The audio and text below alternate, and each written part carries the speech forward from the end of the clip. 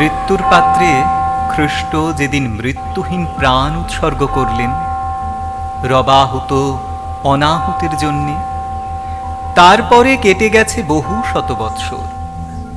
আজ তিনি একবার নেমে এলেন নিত্যধাম থেকে মর্তধামে। চেয়ে দেখলেন সেকালেও মানুষ ক্ষত বিক্ষত হতো যে সমস্ত পাপের মারে, যে উদ্ধত শেল ও শল্য, যে চতুর ছোড়া ও ছুরি, যে ক্রূর কুটিল তলোয়ারের আঘাতে। বিদ্যুৎ বেগে আজ তাদের ফলায় শান দেওয়া হচ্ছে, হিস হিস শব্দে স্ফুলিঙ্গ ছড়িয়ে বড় বড় মশি ধূমকেতন কারখানা ঘরে। কিন্তু দারুণতম যে মৃত্যুবান নূতন তৈরি হলো, ঝকঝক করে উঠল নরঘাতকের হাতে।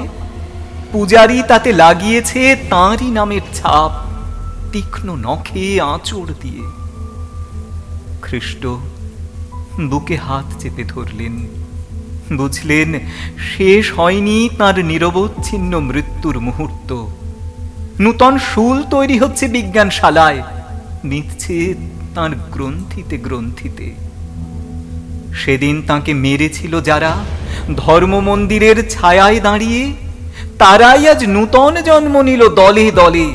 তারাই আজ ধর্ম মন্দিরের বেদির সামনে থেকে পূজা মন্ত্রের সুরে ডাকছে ঘাতক সৈন্যকে, বলছে মারো মারো।